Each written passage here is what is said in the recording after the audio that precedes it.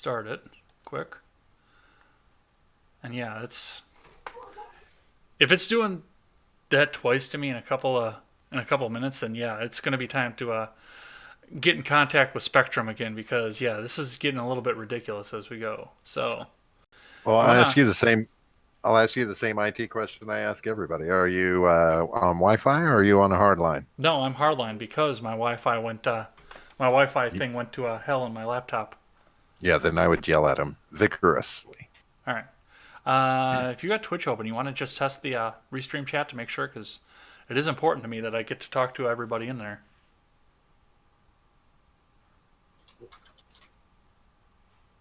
All right. Dun, dun, dun. We do have Twitch, so good deal. So I'm going to throw something up in Discord here quick, and we'll probably wind up moving on to the next story.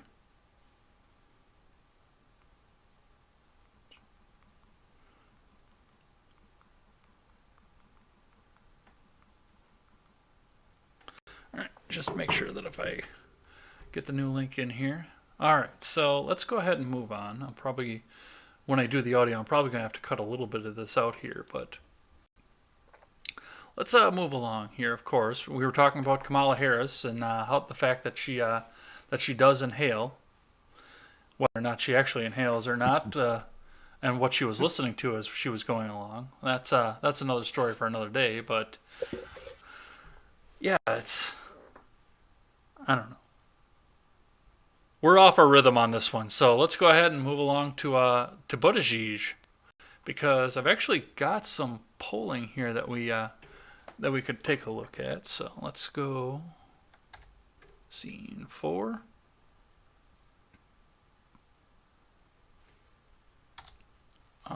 Let's close up the t-shirt. And so this is the current polling that we have over here. And it looks like insofar as what we've become out of this here, first off, it looks like Harris has moved down into sixth in most of the polls, which I Yay. don't know why she's continuing to try and move along at this point here. But the one thing that I wanted to point out here as we were going to be talking about Pete Buttigieg is the fact that he is leading in Iowa currently and New Hampshire. Uh, he's up 5.7 in Iowa and 3 points in New Hampshire. So somehow, somewhere along the way, he's gained some viability. Well, it's when you're looking at key people, you know, Biden, and bear in mind I'm talking about a caucus state, Hmm. you've got Biden who is dealing with this other crap with his son. You've got, of course, Kamala. She's got her identity politics, so she's dropping down. So, of course, that's going to move him forward. Bernie, socialist. Iowa, not big on socialism. Sorry, I don't think that they're not going to swing into that mindset. So and Buttigieg. I'm sorry, I don't say his name properly, and I apologize to him. So, I don't know. He delivers a solid and well thought out message, and I think more people are starting to listen to him, especially because he does not play any identity politics. It's if you really look, when they ask him a personal question, as they sometimes do in these Hmm. debates, he may refer to his husband, but outside of that, he doesn't talk about it. He's not up there platforming for LGBTQ rights in every debate. He's not bringing it up, and he's just talking about the issues, and he's smart. I don't know. So I think it's working for him. Well, yeah, I mean, and during the last debate, one of the things that he brought up right away is the fact that he got asked what the progress was that was going along. I think he was being asked about the Obama coalition, and he pointed down to his hand. He says, a few years ago, I couldn't be wearing this ring, Right. which I don't know why I couldn't. Of course, you can wear whatever ring that you want, but Well, sure, but no, I know. the what it stands for, right? I Yep. mean, wasn't acceptable. Hmm. But again, you know, it's there. It's a point. but he doesn't have to drive it home constantly, and he chooses not to. And I think that is going to speak a lot more loudly to, you know, any middle ground voter, anybody who's on the fence, you know, that is doesn't want to run too far to the right or left. They'll listen to someone who is just passionate about it, you know, about the policies, about the issues, not about their ego. You know, that's what's hurting Kamala Harris. That's why she's falling, is because she can't let go of her. She's just a mad black woman. I'm sorry, Yeah. but that's what she comes off as. This Medea is what that's the vibe I get from her. So, Yeah, I mean, wasn't she? You know, she's obviously not a black person elected to the Senate. That's Joe Biden assured us of that the other week. right? Yeah, he gaffed on that. That was fun. Well, and speaking of Iowa too, I mean, that's just in a couple months here. We're getting down to the line where we're actually going to start seeing some of what we've been seeing on these massive debates, these 15 debates that we see over and over again for hours on end. We're going to start seeing some of this come to fruition. Well, that's where I'm really curious to see is how it all falls out because I think that I kind of have a feeling that it's not going to really pinpoint anything. I'm not sure. I think we're still going to have a diverse field Mm-hmm. when we come out of the first, you know, the first couple of caucus states. I don't know that it's clearly defined at all. I don't know. Are they still caucus states even when we're just talking about getting to the primaries? They're still caucus states, right? Absolutely. Okay. So yeah, it's going to be interesting because I think there's still going to be a good strong field of, you know, upwards to a half a dozen people. So, you know, pushing to get in the top six is probably a smart idea. But that's just speculation. What else? I don't know a lot about it. Well, and speaking of sixth, of course, now we're sitting back looking at the fact that Harris has now dropped to sixth at some point, and Harris is one of her campaign staff. I think it was her campaign manager. She fired the woman, and then Mayor Bloomberg went back and picked her up right away. Which Bloomberg is polling ahead of Kamala Harris at some points at some of this, which I don't understand how that happens. I don't understand how stop and frisk is beating out California prosecutor for weed.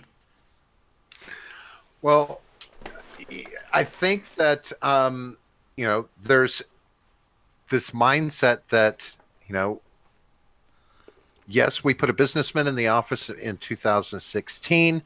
That was the smart move, but maybe it wasn't the right businessman. This is something that's going to gain. You watch it over the last 20, 30 years. This idea of someone who's a business person being in the White House is a stronger, more appealing idea to people, which I think it will give Bloomberg an advantage. And I'm surprised it hasn't given Yang more of an advantage, although I do believe it has kept him in the race thus far and making the debate stage. Well, I mean, Yang has started a business. You knew that, right? Yes, yeah. I mean, he's been very successful as a businessman, but you know that's why I say I'm surprised that that aspect hasn't pushed him further than it has, as far as you know the polls, the rankings for the Democrat. Well, and then the later states, Nevada, South Carolina, and then the betting odds all cut Yang off because they're only top four. But I mean, if you look at the national poll that I've got the picture back up here. I mean, you've got Yang at 2.8. He's in seventh. He's at 2.7 in Iowa. He's at 3.7. He's in sixth in New Hampshire, where Yeah. Harris isn't even polling. Right. You know, and these are the kind of things that you know, if you look at that Buttigieg in Iowa and New Hampshire, Biden nationally, but when you know, there's the field is kind of set in the top group, but I think it's going to get spread amongst them enough to where we're still going to be dealing with that. I don't know that we're going to come out of it for a little while with two clear, decisive candidates to, you know, to boil it down to just in the Democrats. I think we're still going to have a good field to, you know, go to the ballots on Mm-hmm. when it's all said and done by the end of it. Once these states get done, I don't know. It depends on who gets scared and runs. Yeah, I think Harris will drop. Well, and speaking of Yang, that's the last thing that I want to touch on this topic because there hasn't been a lot of motion in the 2020 field, except for people moving around. But everyone's kind of keeping their mouth shut right now and licking their wounds and preparing to go into this. But there are two big controversies, and I got one in the show notes and the other one I didn't. Um, Mostly for the fact that I'm still kind of exploring it. I'm probably going to do a solo video on it myself. But first off, Tulsi Gabbard is doing a media blackout, so I'm going to explore that and do a solo video on that because she seems to be the dark horse in all of this. But Yang has asked MSNBC to apologize for the fact that he only got 6 minutes of talk time at the debate, and he actually wasn't allowed to talk for the first, what was it, 32 minutes? Right. It was 32 or 38, and I can't remember which one it was.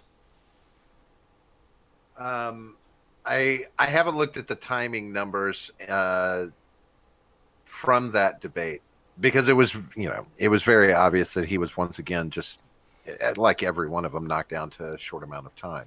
Mm-hmm.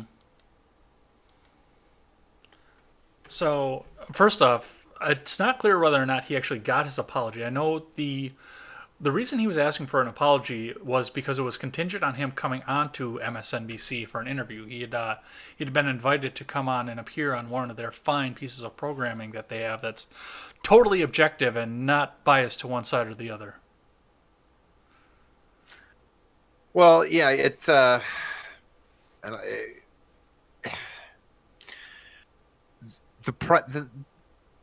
it's been this way in all the debates, though. Three people, well, okay, I'm going to say five. Five people have really gotten main stage. And the only reason others have gotten a little bit more stage is because, they're referenced in the answers to the question. But Biden, Warren, and Sanders, and then, bleeding into, Kamala for a little while in the early ones, but Buttigieg and Cory Booker was getting a lot of FaceTime. There was your FaceTime. Mm-hmm. You notice that Tulsi Gabbard started getting more FaceTime after there was that little media pop for her. Yeah. So, they're pandering to the popularity, to the polls. So it's not surprising. It's much like libertarians trying to get on the stage, right? I mean, good luck. Well, I don't know if You're it's not necessarily pandering to the popularity or the polls. I think it's pandering on who's going to sell them commercials. In all honesty. to a certain extent. I could agree with that. Yeah. I can't see any other reason for anything else that they're doing it at this point. And I don't know why Biden's coming on there, except for everyone wants to see what body part of his falls off next. Well, what if I were to put it out there and say that this idea, and I don't think it's a conspiracy because I think it does happen, but a lot of people say that the left is controlling the media in Washington. So how far fetched is it to assume that some of these more popular candidates like Biden, Warren, maybe they make it worthwhile to get the camera focus on them. I mean, there's a one hand washes another kind of thing going on. I don't know, or is it just the bias of the network? Well, I'll throw the tinfoil on underneath the Santa hat here, and I mean, to an extent, I don't believe, still to this day, that Joe Biden is a serious contender for the presidency, and I don't think he's trying to be. I think Biden came in to take the heat off of Warren so she could skate to the nomination. But he's polling better than her. Right, and that's engineered. Do you think that's completely engineered? I think that's completely engineered in order to make sure that everyone's focusing on Joe Biden, and all the attacks that come out of the White House currently go after Joe Biden and don't touch Elizabeth Warren. I mean, he's already had his turn with her, but... Well, how do they account for Sanders, though? Because Sanders is still polling well. He's polling right up there with the other two. He's one of the top three contenders, and he floats between that point on polls. But, is he just going to get railroaded by the DNC again? Well, we knew he was going to get railroaded by the DNC again to begin with. I don't know how he got in because he was supposed to switch his seat in the Senate to Democrat before he was allowed to run for president as a Democrat. That was one of the conditions that they put on last year. And he has not done that. Well, But he's you also know, he's got a cult like following. he does, and that's why I say, he's, if it because I'm sorry, if it were to come down to a question between Bernie Sanders and Elizabeth Warren, I'm hard pressed to say that Warren would take it. Um, you Well, know, they're the same candidate, just one's got tits.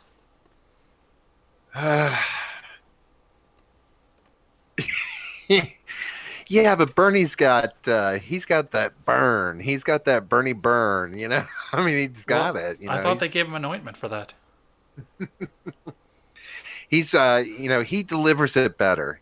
People are for him. If it came down between him and Warren, do you want country or do you want the potential for a coronary explosion right on as he's doing a State of the Union address or something, because that's Bernie for you.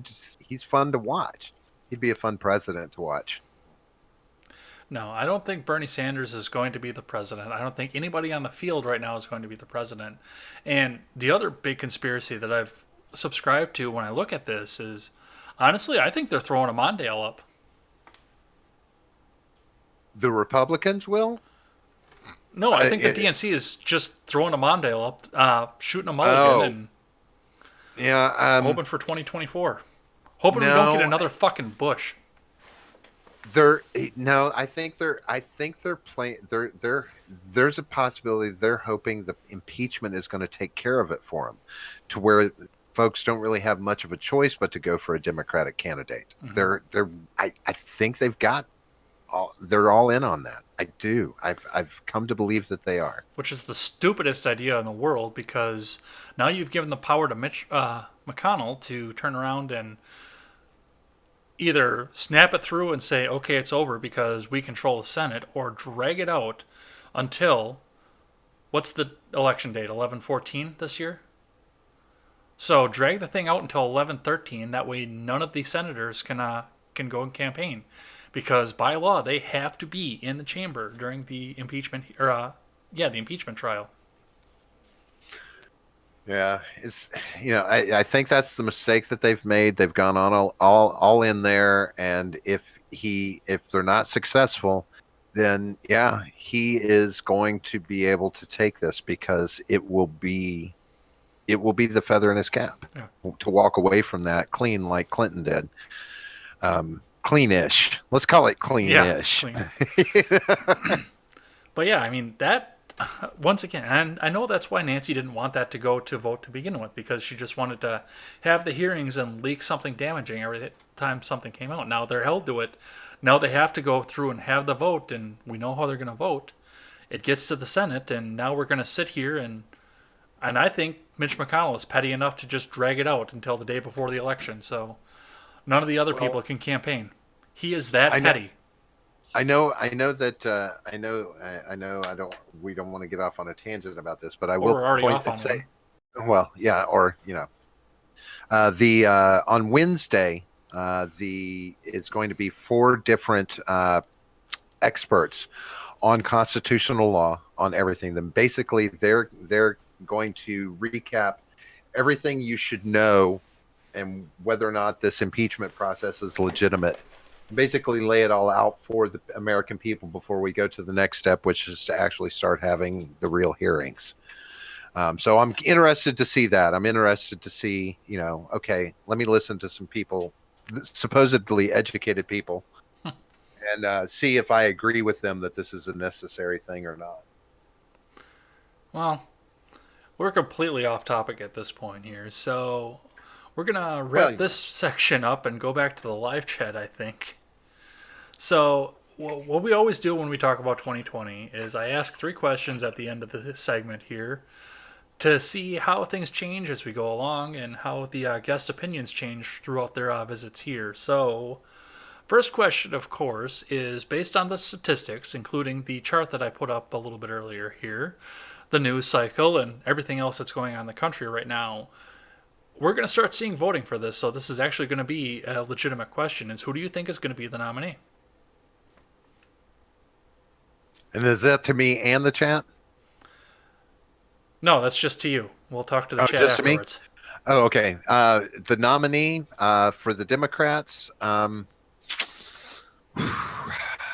I it's if I got to say Biden. I think Biden is going to wind up being the candidate. I think they're, if it is a mulligan, if they're calling a mulligan, might as well throw Biden up there.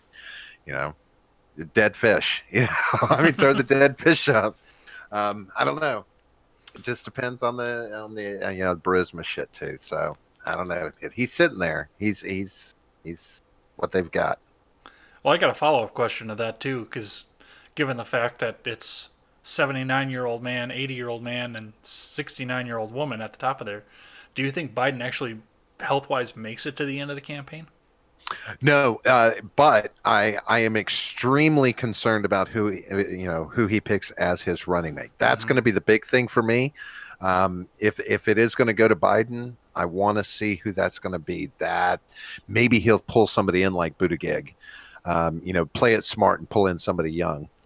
You know, So the next question, and I think I know how you're going to answer this already because you've been pretty consistent about this, but out of current candidates, excluding anybody who's suspended their campaign right now, who would you like to see as the Democrat nominee, or not even the Democrat nominee? Who would you like to see as president of current candidates?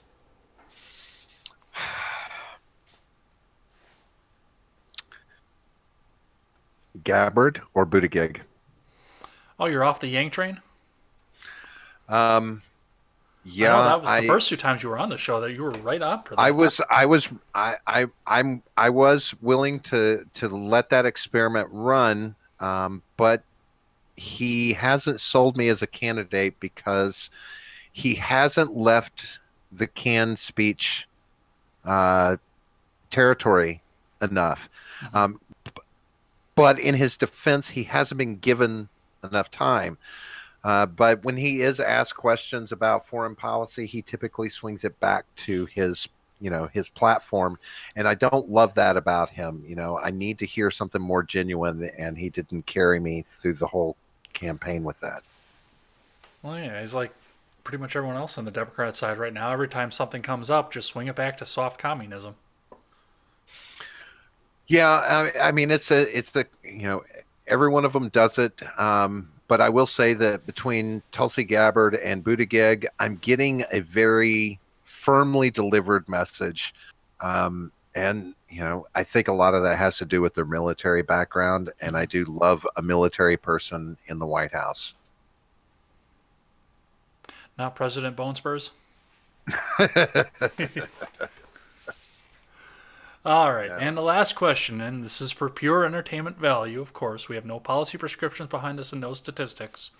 Of the current running candidates that we have right now, who do you think is going to be the most entertaining to stand on the stage and debate with Trump going into the next elections? Oh God, I gotta see Bernie. I gotta see Bernie up there. Because we were robbed in 2016 of Bernie. Um, but on that same note, man, it would be hilarious to see him go up against Warren. I think that would make just for some great fun. Just her whole demeanor versus his whole demeanor. It would make Clinton look silly. It'd be fun. All right, let's check back in with the live chat, see if anybody's still watching after we lost some things. Oh, we have people watching again. Ron Helton says, how is demented Biden polling that high? He isn't. And then he says maybe the polls are based on who throws the most money at the poll takers. I think Bernie would be a lot higher, and Yang would be a lot higher if that was the case. Media is mostly owned by those who are on the left. No conspiracy there. This weird chatter named Iyama Fago says, aren't visiting hours at the old folks' home over by now? Oh, that's funny. These kids, those young whippersnappers and their jokes. They are some funny kids. Get off my lawn.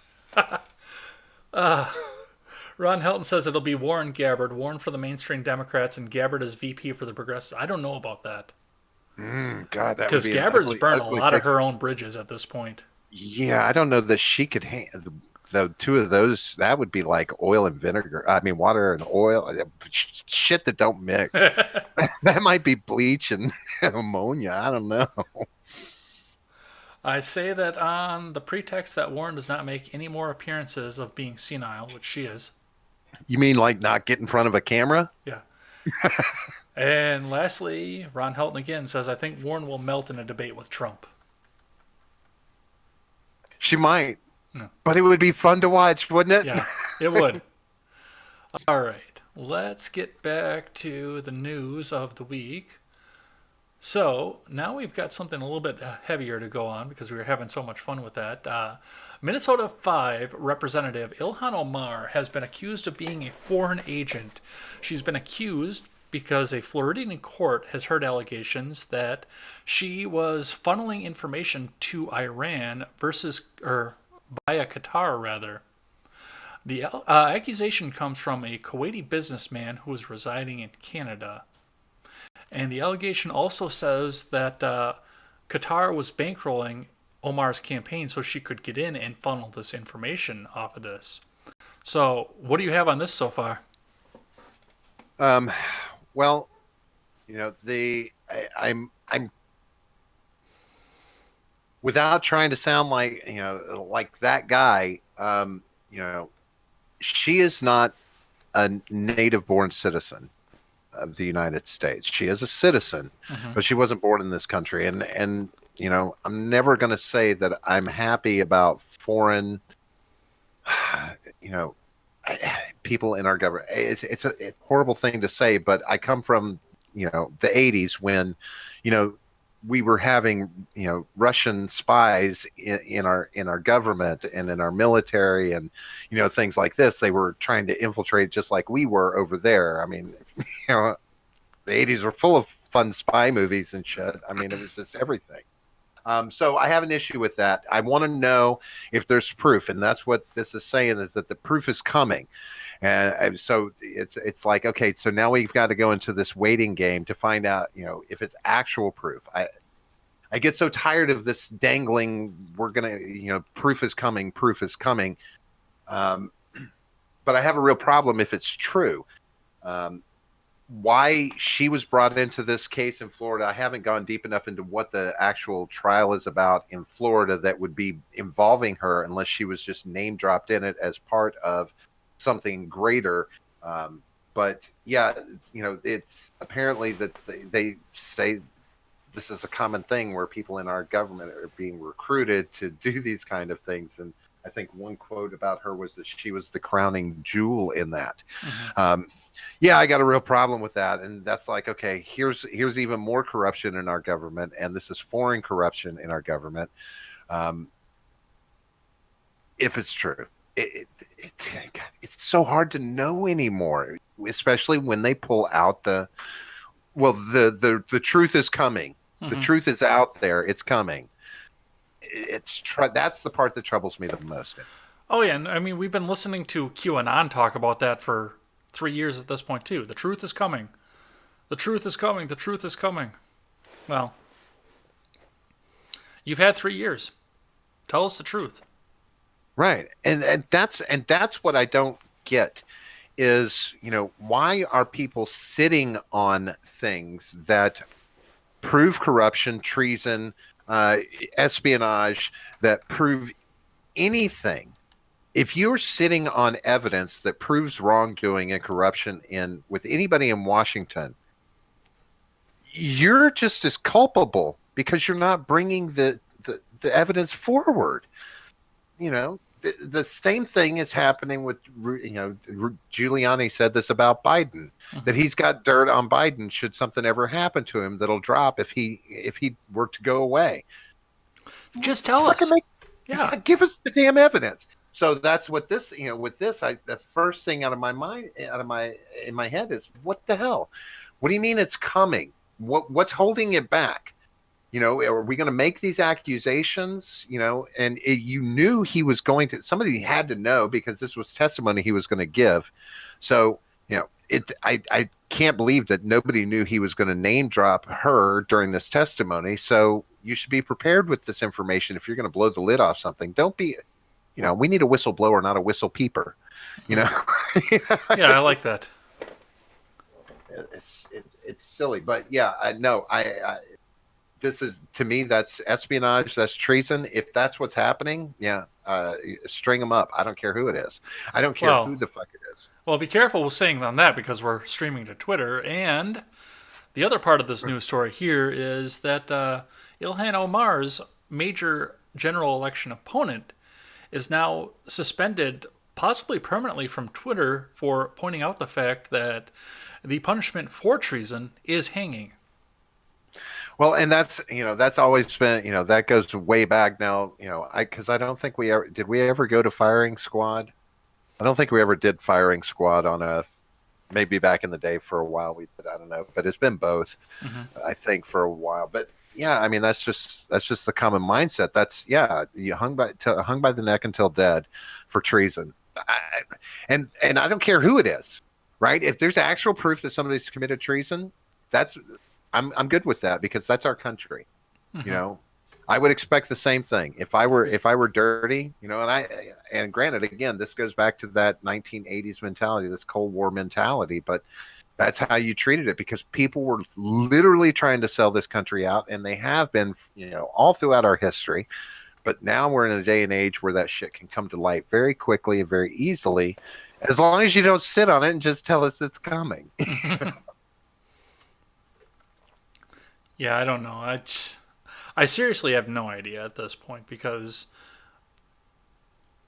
she's a shitty representative, first off. So for the fact of them to spend that kind of money to get someone like that up, I mean, she represents a small minority in a district that's very diverse, and she only seems to be interested in the Somali born population of it.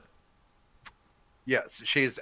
I would agree that she is absolutely an identity politician. Hmm. Uh, you know, and I have real issue with that, especially knowing that you know she's obviously representing a community that she was voted in, right? So, Yeah. I mean, she got the vote, which was, I'd have to go back and look at the campaign promises she made or how she was presenting herself, because she may have presented herself as a much more diversely minded representative, and then now that she's in office, she can play the identity card and rest on that. But it's obviously hurting her worse than it's helping her at this Hmm. point, because I don't expect that she would get the vote again. Now, with all of this happening here, and of course now the opponent, the major opponent, being shunned away from the point of political discourse as so it was on Twitter.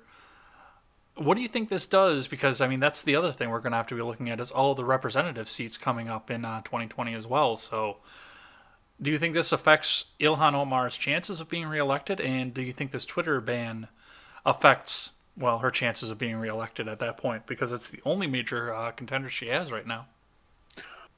Well, here's what I would say to that. If the ban was legitimate, okay. Hmm. If she was behind the ban, if somehow she orchestrated that, I believe that that needs to be shown. People need to figure that out and prove it and show that she orchestrated it. Because that's dirty pool, because sadly to say, you know, social media is an important tool in any kind of political realm at this point. So it's dirty pool if that's what happened. If not, if it was something that her opponent did that was bannable, well, then that's their mistake. It's the same thing I say. Fucking Trump. I mean, he pushes a real line as to whether or not his account should be suspended from Twitter, and him have to post on the official White House Twitter. But you know, What do you think would happen if Trump got on Minds? on what? On Minds. I'm I don't not. want to open the I can of don't have. worms of Gab right now because I mean that's got certain connotations, but To be honest with you, Ed, I'm not familiar enough with the platform. I'm not that hip. it's kind of I'm. it's a alt tech Facebook essentially. Uh, no, no. I mean, if the I don't know that he would be any different. I think that, you know, well, no, he's because he doesn't. He's not like a. He's not like an asshole, like with the language and just how visceral he is. Now he might be a little more open in the threatening way he says things, Well, I'm just but saying, I'm not talking about how he would be because he's not going to change. He's right. 71 years old. That man's not going to change for anything. But I'm talking Well, about like the public district. Do you think there'd be a mass migration to mines if he did that? um, oh well, yeah. I mean, if he migrated to any other platform, sure, he's gonna. There would, and the ironic thing about it is most of those people that would shift over and jump on that platform to follow him Hmm. would be people that hate him. Oh, absolutely. And that's kind of I where I was mean, going with that. yeah, it would be that incredibly ironic situation. They would, the Schadenfreude. They would follow the Schadenfreude. Well, I mean, that's too. I mean, I made careful. I didn't bring up Gab just because, well, I brought it up anyway. But I mean, if you say Trump goes on Gab, well, Gab's a Nazi site. Trump's a Nazi. You just proved it. Yeah, and see, and that's that is the beauty of social media is that it allows people to know when they are a lemming. Yeah. If he walks in this direction and you follow him and you don't like him, you're a lemming. I gotta wonder how many of those followers are just people that hate the guy.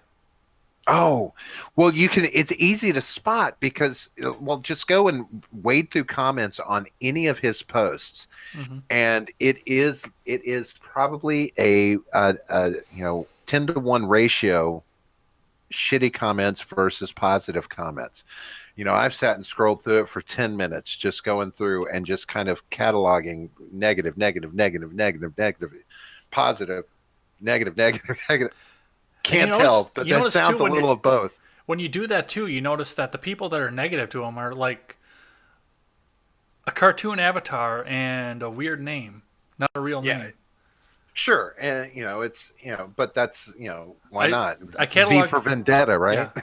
Well, I cataloged that too. Like when I followed Scott Walker's page over here in Wisconsin on Facebook, I would go through. When he put a status up, I would go through and read the comments, and you got a bunch of your redneck Republicans all there. Yeah, Scott Walker, do this, and then 10 to 1, like you said, you've got these people out here who are telling us how bad the governor is, how hateful he is, how hateful everything is, how hateful we all are for supporting him, and it's an anonymous fan page.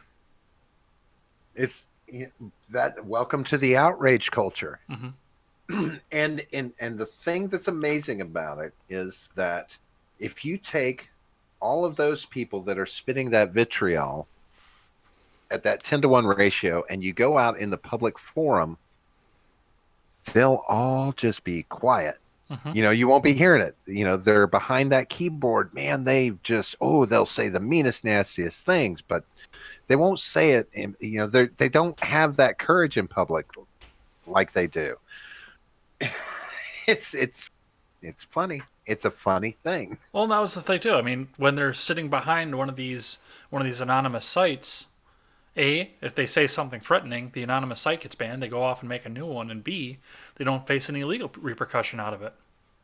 Now they are more likely to say these things if they're in a group. Hmm. If they feel like they've got themselves a little echo chamber built around them with other people, they'll start to be more vocal. But you try and you don't. I don't know, because it's people don't want to talk about it in public. People don't want to have real discussions.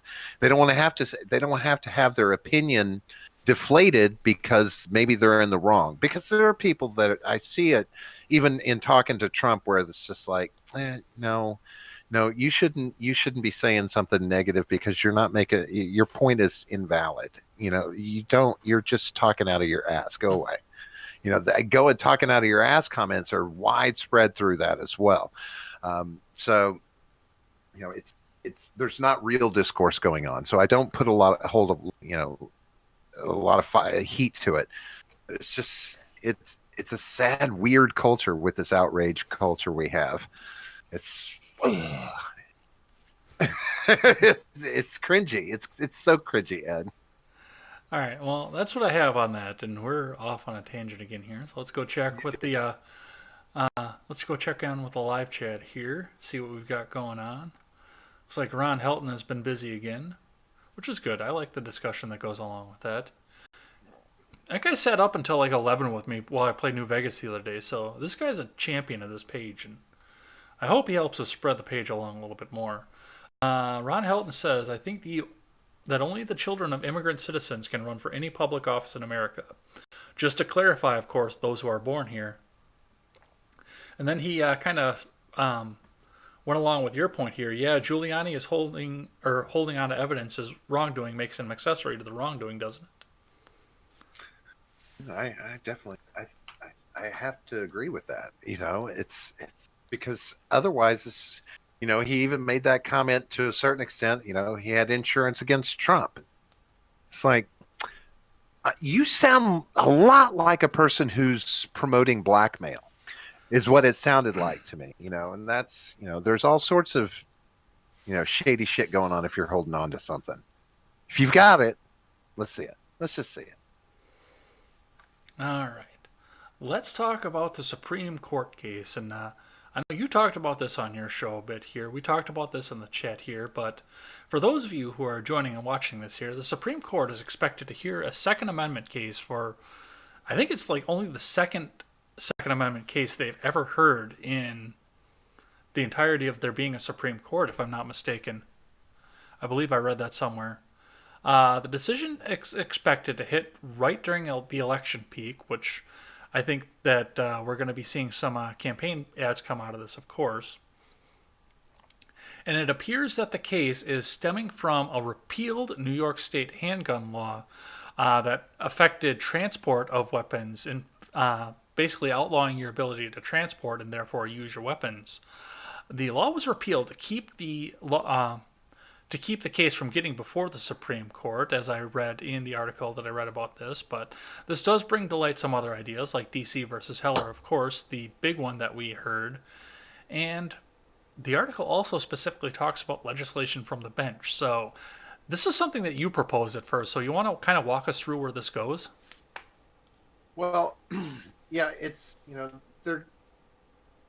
they want to bring it before the courts. I think ultimately I think it's just to get something said about it, but I don't like any talk about legislating from the bench on this, because that's just no, that shouldn't be happening with the Supreme Court. You can set precedents and you can protect the constitutional rights of people, but there shouldn't be anything that the Supreme Court legislates on. I don't. If the law was repealed to keep it from going to the Supreme Court, well, the law went away.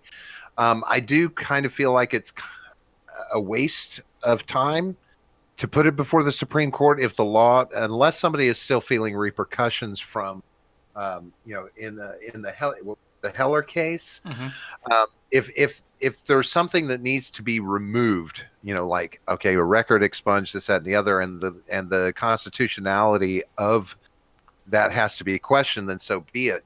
But I always figured that if you repealed the law, I guess if they don't put something into backtrack, then it doesn't do any good anyway.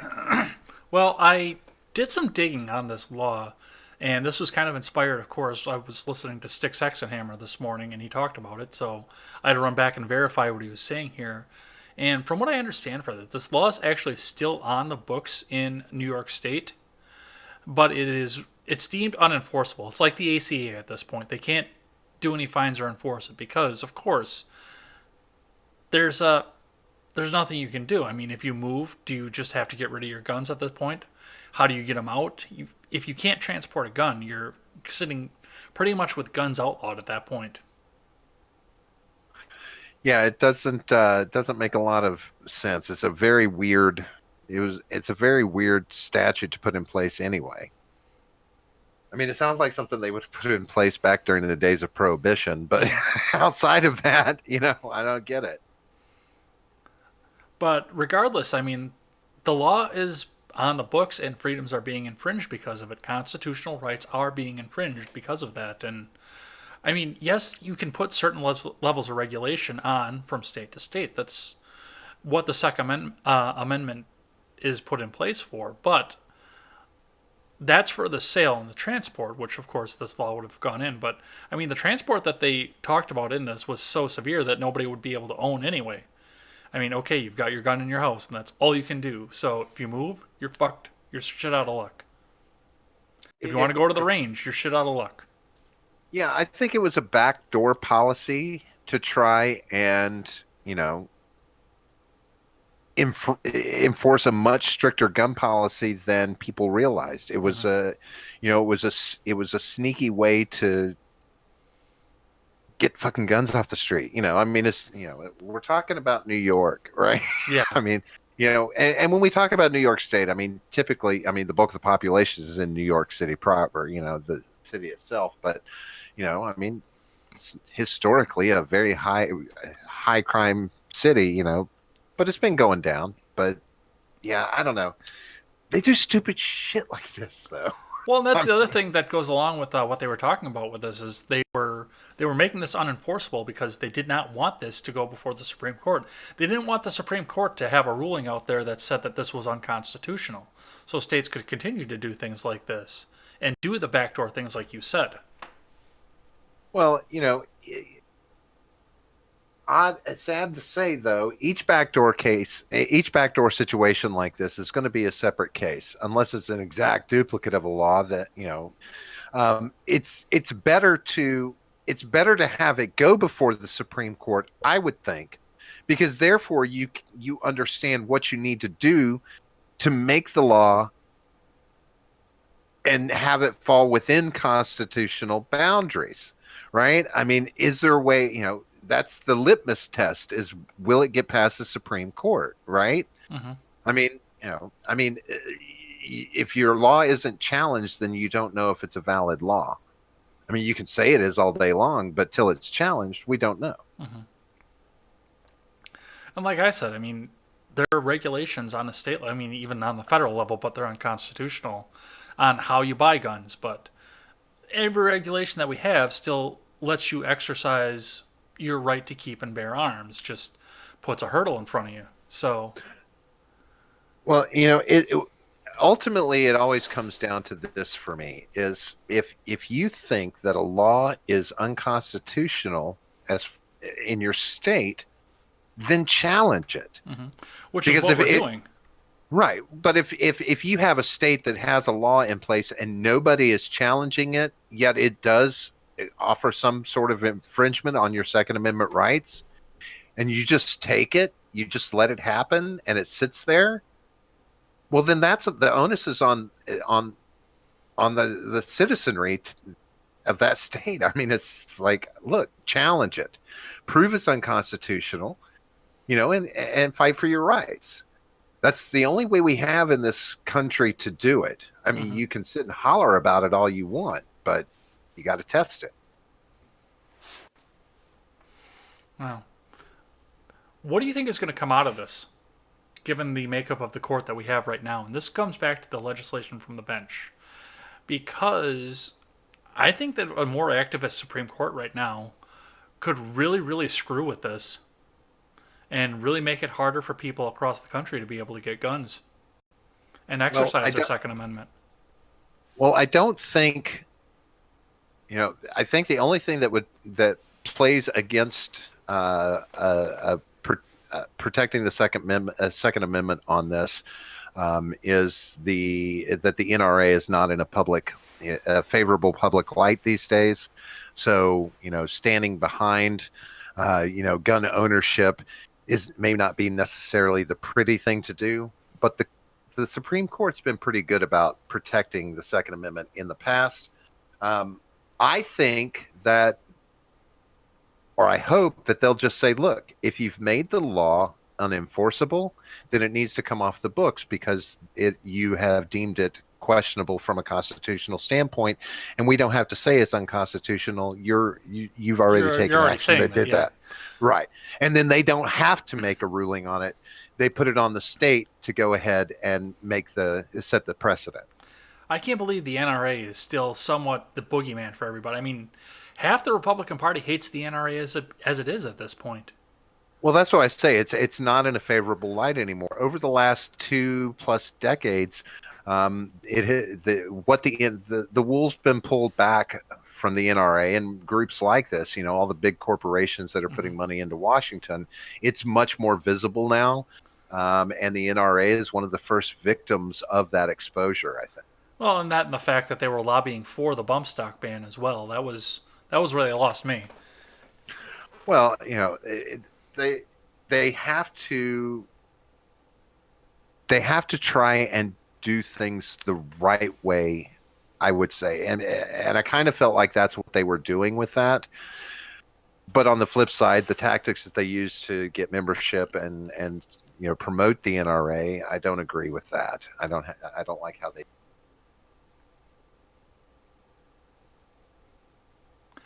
I don't know. And like I say, it's for me, it's it is a point of. I mean, fuck the NRA. First off, sorry, COPPA, but this isn't a kids video. But we've got activists out there that are trying to infringe on the rights to keep and bear arms. Well, sure. That are supposedly the good guys on guns. So Well, yeah, I absolutely think that this needs to go before the court, just to make sure that it's cemented in the minds of the people what the Second Amendment means. right. Well, and that what I suggested would go a long way in making states be smarter about the legislation they do put on their level for guns. If you put the onus on the state to fully retract the law since they've made it non-enforceable. Mm-hmm. Fuck you. You know how the law works. Take it off the books. Don't bring this crap to us. Just do what you need to do. So yeah, that's what I have on that. I don't know if you've got anything else that wants to go along with No. that before we go talk about this. I know we're running up on time already here. Yeah, no, we'll definitely have to follow up on it because I just want to see if the Supreme Court, stays strong and does the right Supreme Court thing. Well, I do have one other question I just thought of here now. Do you think this actually becomes a campaign issue, given when this is going to happen? No, Beto O'Rourke, is that who? Yeah, Beto O'Rourke took care of the gun situation. He did. For the Democratic debates and the campaigns, he put that to rest. Nobody wants to touch that topic right now. Nobody wants to talk about guns because he dropped out of the race because of that stupid comment. I can guarantee you that was the biggest thing that hurt him out of anything. All right. Let's see. Helton. Congress only has the right to control interstate commerce between the states in the aspect of preventing trade wars and not to prevent the free exchange of goods. They have twisted the Constitution. All gun laws are unconstitutional, but it is hard to challenge the tyranny when it's controlled by the Lawyers Guild. The NRA is worthless. They compromise on our rights. The Gun Owners of America stands for no infringement. Yeah, that's kind of where I was going with that, too. Yeah, and one thing I will say about that is, bear in mind while laws in general, as far as the Second Amendment, are unconstitutional because they do infringe no matter what they are. Mm-hmm. The American people accept a certain level of infringement on that as well, simply from background check. If you want to go as far as background checks, where the majority of even gun owners are okay with background checks on guns. I don't accept any of it. No, and I agree. There's still people that don't, but we allow for it. We're not fighting it hard enough.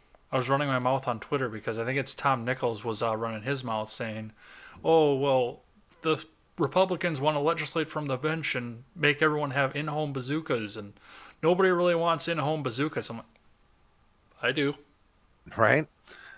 As long as it doesn't leave scorch marks on my wall when I shoot it out the window, right? Hey, you can paint over a scorch mark. Yeah, but it could start a fire. You got to make sure it's the right wall. All right, so gonna switch this over to a dark note, but I promise I will end this on a bright note on this one. Let's get dark. Uh, was it Friday morning for us or Friday afternoon for those of them in local time? Police in London responded to reports of a stabbing over on London Bridge. The key suspect, who is deceased right now, is a man named Usman Khan, who apparently was wearing a false suicide vest and was shot to death by police during his stabbing rampage, leaving 3 dead and several more people wounded. So, what did you see on this so far? Um, Not a lot about that. About the same amount. I know that there was, there's indications that he was a terrorist or had a terrorist affiliation. Um, and and you know, while this may not be a popular opinion, but I think it probably is. Once a terrorist, always a terrorist. If you've got a terrorist in custody and you let them go, fool me once, shame on me. You fool me twice, shame on me. Mm-hmm. I mean, you know, I mean, if it's a known terrorist, yeah, you probably shouldn't be letting them out. Well, yeah, and Because this is that's the kind of thing that's going to happen. the reports are that he was in fact a former terrorist and that he was just recently released from prison where he served an 8-year sentence for attempted terrorism. It's this is one of those things that I that's one of those things that I don't agree that there's reformation from. Um, that I don't know.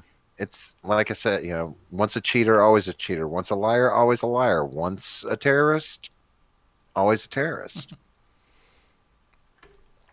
Well, some of the outrage that I came from was reading from this because I was reading up a bit on comment sections on all of this, and just whatever Twitter was going out with. And one of the big outrages is the fact that the police in London shot him, even though the suicide vest wasn't real. And of course, the police should have been able to look and identify that it wasn't a real suicide vest before they took the life of and I actually heard somebody say this, an innocent man.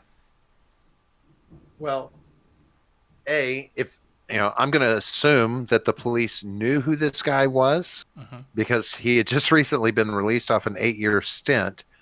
Um, and so innocent, I don't want to hear it. B, guy wearing a fake suicide vest, been stabbing some people with the knife. I'm not going to question that he got shot. I'm not going to question that. No matter what soil he got shot on, Yeah. cops are going to be cops. Well, yeah, and that was the one that blew me away. Is oh well, they should have known. They should have checked whether it was fake or not before they shot him. No. It sounds a lot like a very good policy. We don't negotiate with terrorists. Bang. That's, I don't know. Maybe that's just me. Well, the other piece of outrage that came out of this was, of course, Sadiq Khan couldn't keep from opening up his mouth out of this and says he's on record saying that terrorism rather is something that you need to live with, and it's a part of living in the big city. Is the risk of having terrorism go along? And I mean, I Yeah. used to work in Milwaukee. I never had to worry about terrorism. Oh no, no. I think it's something that everyone. I'm not going to say everyone should be afraid that there's a terrorist around every corner. That is not what I'm going to say right now. What I'm saying is we all should and probably do have a very low level underlying fear of these kind of events happening. And the more densely populated area that you live in, you should, if you live in New York City Hmm. and you're not prepared for something like this to happen, Right. and I live down here in Florida. I think about this. I wonder when something like this is going to happen. But I'm the type of person who I live in an airline path too, so planes come over my house on a pretty regular basis. I'm still waiting to see when one's going to fall. But you know, Well, I guess terrorism, I don't think I would expect, no matter how big of a city. I mean, I lived a mile outside of Boston for 2 years. I never worried about terrorism. Yeah, your random street mugging. Yeah, I worried about that. A gun being stuck in your face or a knife being stuck in your face. Well, the second one's actually happened to me. Well, your mainstream media wants to make sure that that is an underlying fear. I mean, for instance, your children should no longer feel safe going into a school anymore, right?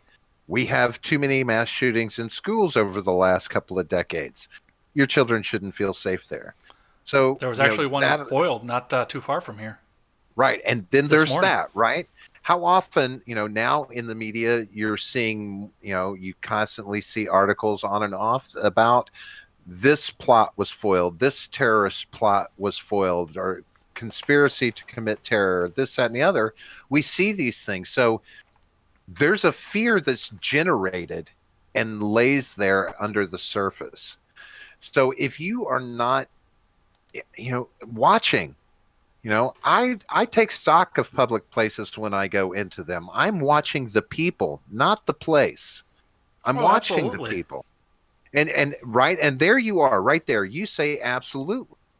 Because deep down inside, even if you back no, you're not in Milwaukee thinking, oh, somebody's going to make a terrorist attack. But guess what you're doing every place you go into? You're watching the people around you, right? Hmm. And you're not watching those people around you because you're looking for a date. You're watching those people around you because you want to make sure Ed walks out okay. Yeah. Oh, yeah. You always.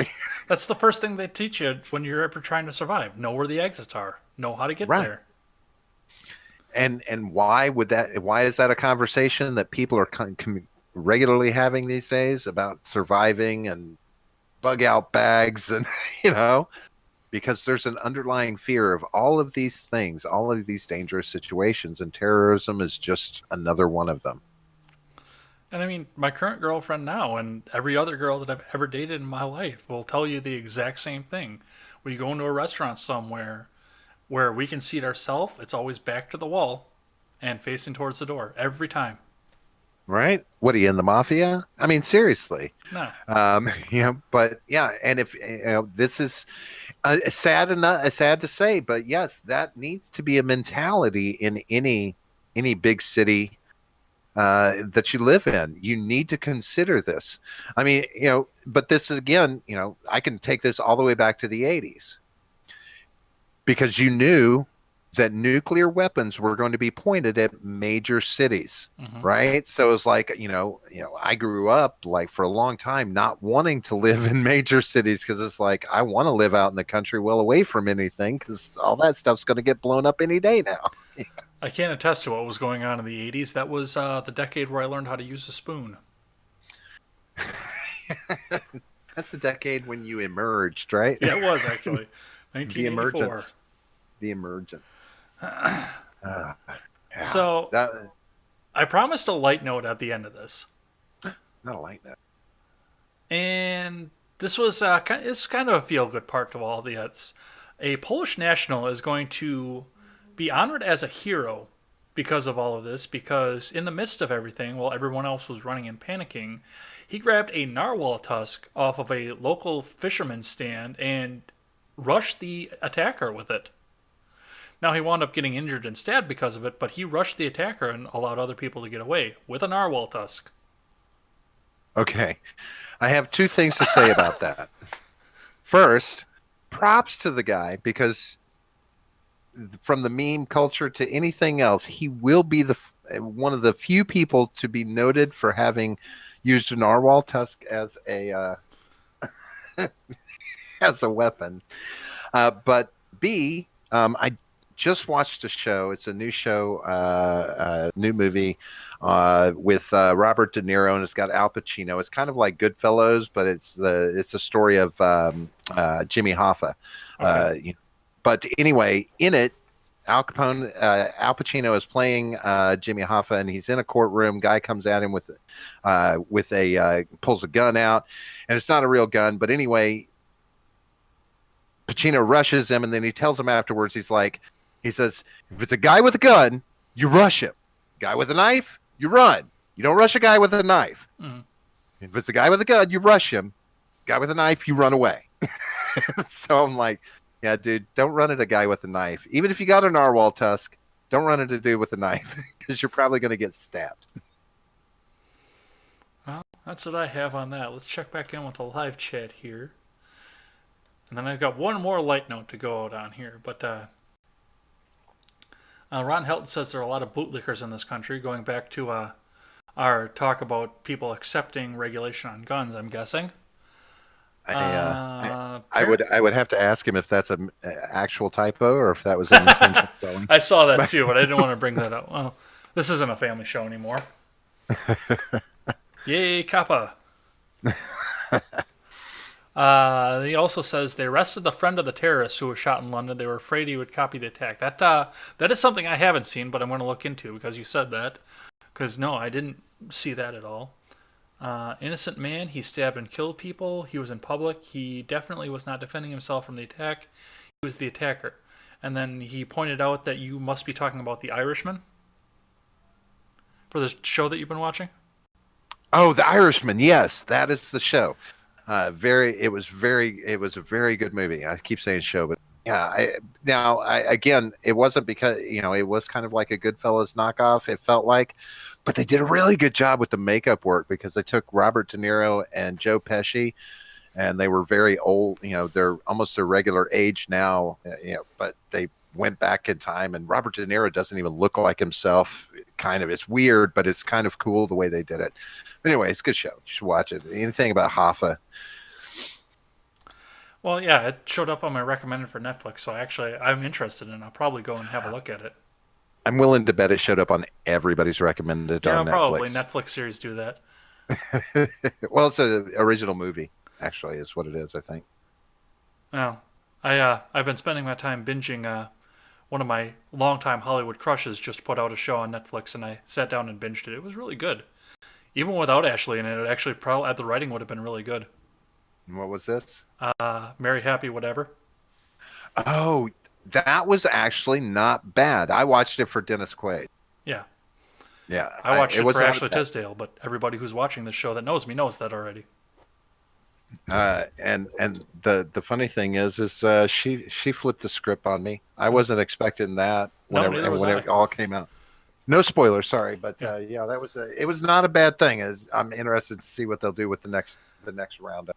Yeah, I already asked if they're going to have another season come Easter or something. All right, it'll be a cool take. All right. Last thing that we have on the agenda today is something that maybe will take us out of the darkness of stabbings in London and the funny part of our meme culture again, and that is the fact that our president, Donald Trump, had managed to get 24 hours of news coverage based on his angles and what he meant by all of that by posting this picture. Let's just take a moment to get that in. Drink it in. Enjoy the effervescence of it all. 24 hours of news coverage over that picture. But I mean, come on, look at him. He is so stacked. Well, of course, it's doctored. No, that's him. It's completely doctored. It's faked. You can tell it's him because you'll notice that his orangeness is a little lighter on the head, where of course you want to kind of protect it a little when you're in there getting the color.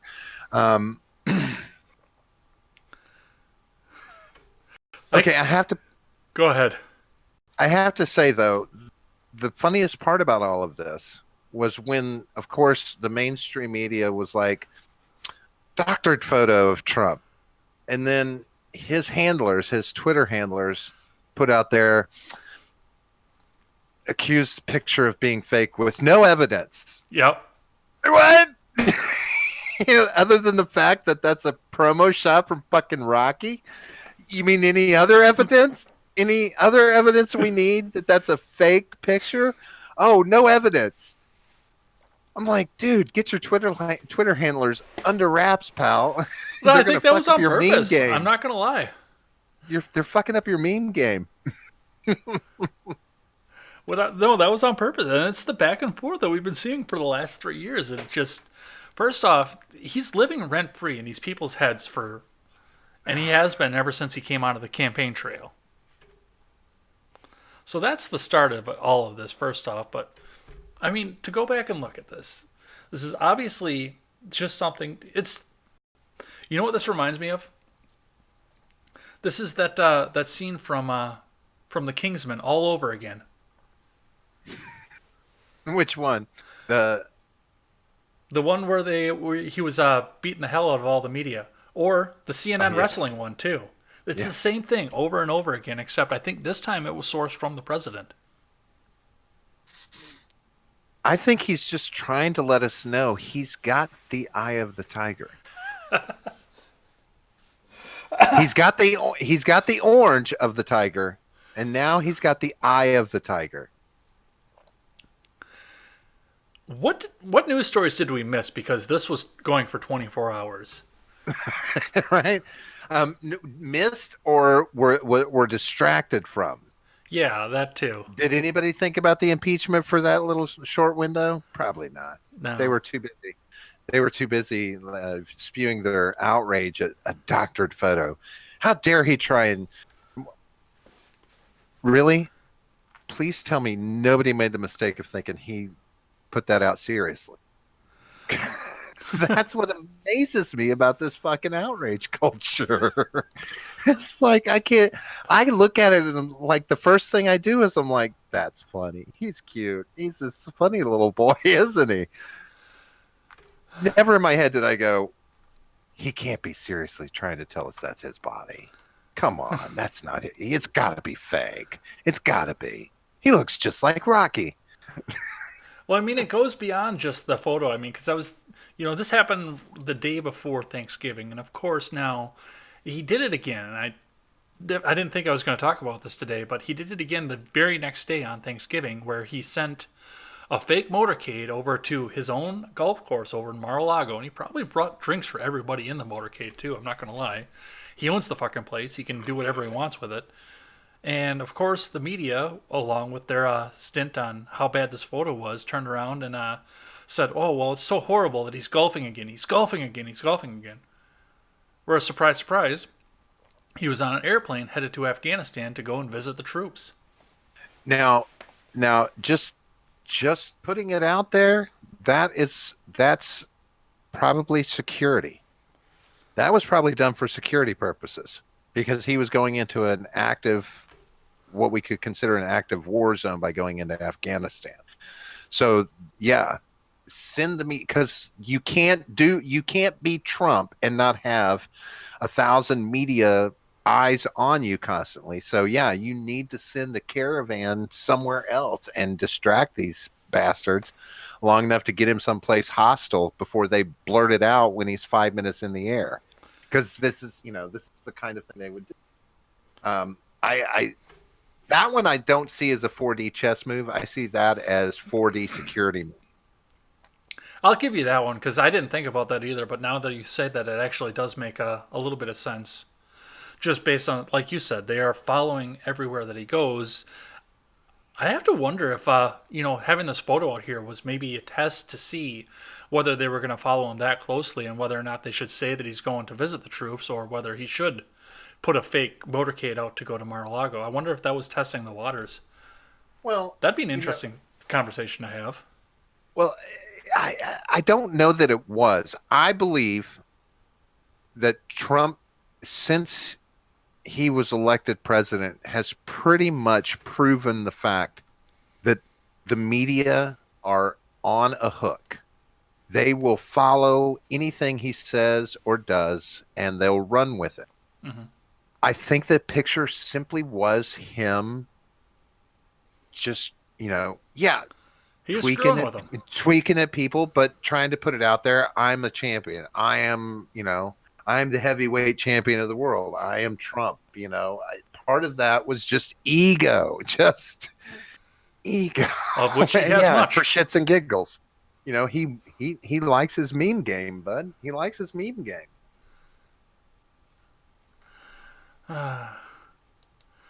It's been a great 3 years. It really has.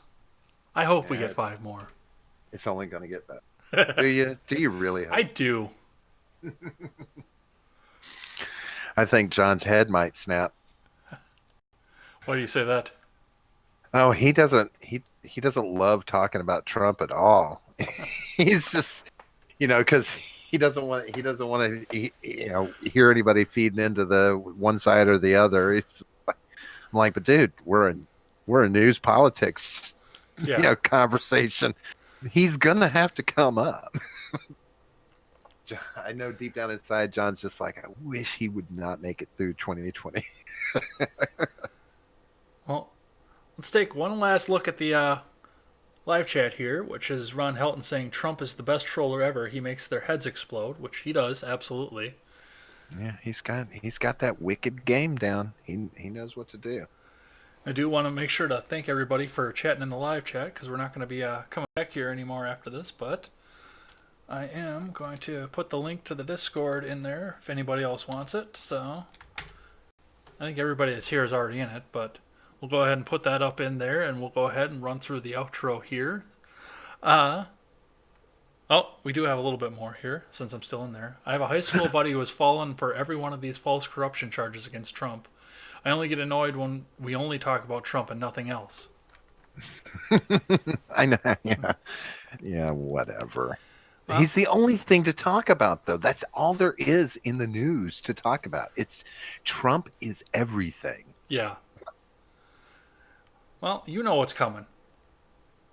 So, the last thing we always do, and even though we've been able to end on a light note for the last couple shows I've done here, the last thing we always do is we try to end on the lightest note possible. So, tell us about a hobby that you have that has nothing to do with work or politics. It could be an album that you picked up, something that you do on the side to unwind, an instrument that you like to play, just something that helps you get through the grind of all the news coverage that seems to be so negative all the time. Drugs, lots of drugs. Is that a hobby?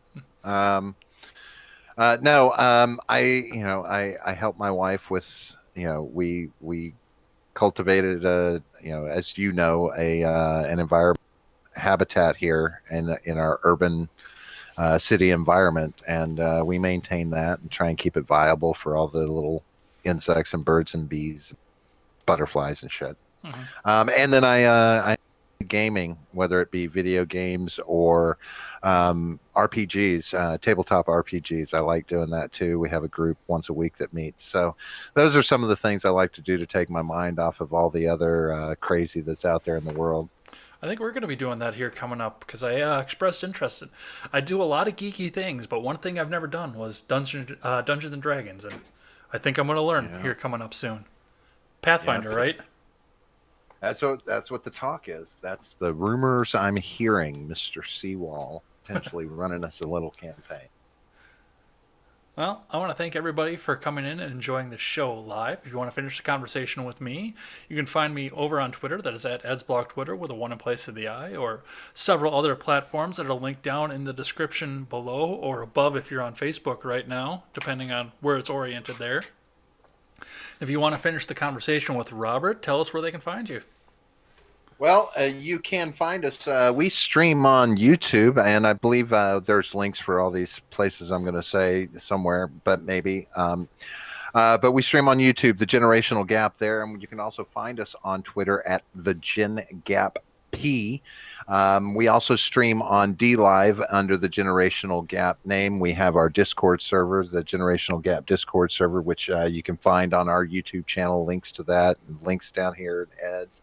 And I'm gonna make a shameless plug for Friday this week. We've got a 12-hour live stream going on for the Salvation Army. It's going to be 12 hours of the Generational Gap. Hopefully, some of our Freedom Scoop buddies, because that's another place you can find the Generational Gap as well. Probably see some of the old Ed over there. I'm expecting, sir.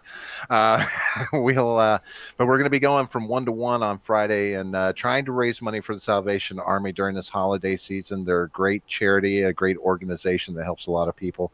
And anybody that wants to show up and can show up and help us out with raising that money would be great. I will definitely be there, and definitely make sure the links are there that you're there on Friday as well. I'm not sure what time slot I'll be in on there, but I will be available all day to do so. There is some great entertainment that's scheduled as well. Anna Valtis, that's been on this channel, is going to be there. Go over there and check his stuff out. And we'll also be having Matt Christensen and Yeah. we'll also be having Blonde, and we'll also be having Short Fat Otaku, and Jay Edgar. Jay Edgar's going to be there. He is going to be there. I know he is. I think John's going to be there too. I think I'm going to rope him into 12 hours with me. Oh, And and Jake. yeah, Jake. Jake coming in at the last moment. Hey! All right. And if you are coming in at just at the last moment here and you didn't get to catch the rest of the show, no worries. You can catch us on demand over on YouTube and over on BitChute as well if you want to.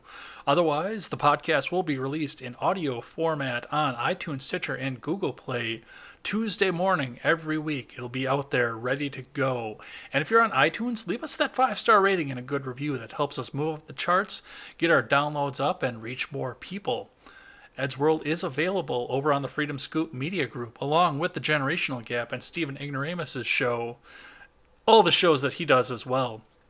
All my gaming content is over there, all my solo videos are over there, and of course, Ed's World is featured over there every time it comes on. Go over and check that out, and if you have any interest in writing for a freedom of speech website, make sure you reach out to me or Jake from Freedom Scoop. We'll get you set up with an article, and we'll see if we can't get you featured on the site. As we always say on this show, never take the words of bloggers, podcasters, or journalists as gospel. Find all the facts and draw your own conclusions. Robert, as always, you have last word. Well, real quick, thank you, Ed, for having me on. It's always a pleasure to be here. I love talking to you. You're crazy, but you're an American, so I got to give you props for that. But, I'm glad we were here, and I want to put it out there that this is a good angle that everyone should be following. I love what you're doing. I love that you're live streaming now. I think live streaming is the big way to get people into active conversations, because I think these conversations resonate more if people are actively having them, as opposed to just watching, something, that's been recorded on YouTube, because then you're not really an active participant in it. So it won't stand as strong as it usually would when you're right there as part of it, because these are the things we need to be doing. We got to be talking, and then eventually somehow take some sort of action, find some solutions that'll solve it all. Thanks, Ed, for having me on. Thank you. Take care, everyone.